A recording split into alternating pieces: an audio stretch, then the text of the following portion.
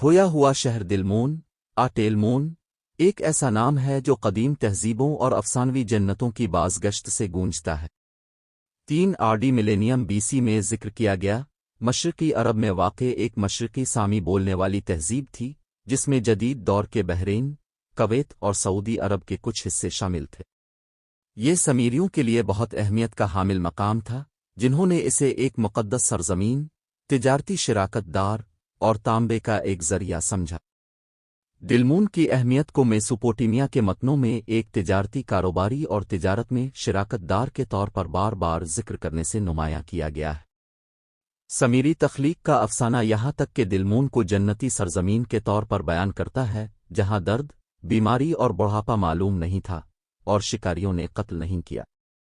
اس خوبصورت بیان نے کچھ لوگوں کو یہ قیاس کرنے پر مجبور کیا ہے کہ گارڈن آف ایڈن کی کہانی دلمبن سے متاثر ہو سکتی ہے۔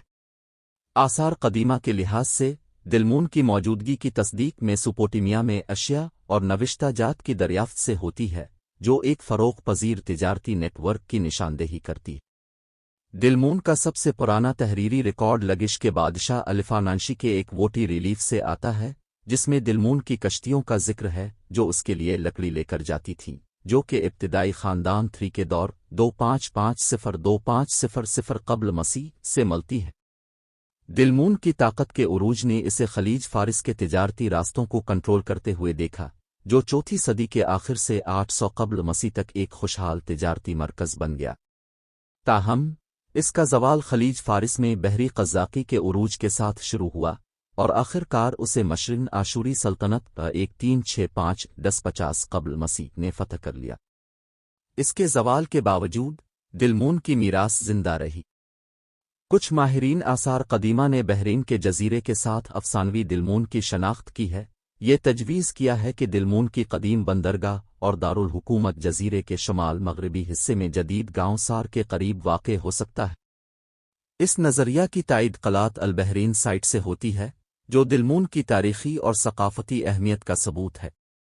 آج، دلمون کی یاد نہ صرف آثار قدیمہ کے ریکارڈ میں بلکہ خطے کے ثقافتی ورثے میں بھی محفوظ ہے۔ مثال کے طور پر بحرین میں دلمون واٹر پارک کی گمشدہ جنت کی تھیم دلمون دور کے بعد ہے، جو بحرین کی قدیم تاریخ کو اس کے ڈیزائن اور پرکشش مقامات میں ضم کرتی ہے۔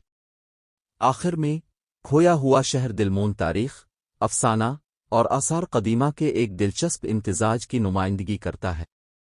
اس کی کہانی ایک ایسی تہذیب کی ہے جو کسی زمانے میں قدیم دنیا کے تجارتی نیٹ ورکس میں ایک لنچ پن تھی، ایک افسانوی اہمیت کا مقام تھا اور ایک ایسی ثقافت تھی جس کا اثر آج بھی محسوس کیا جا سکتا ہے۔ چونکہ اسکالرز دلمون کے اسرار سے پردہ اٹھاتے رہتے ہیں، یہ انسانی تاریخ کی بھرپور ٹیپسٹری اور ہمارے ماضی کو سمجھنے کی مستقل جستجو کی علامت بنی ہوئی ہے۔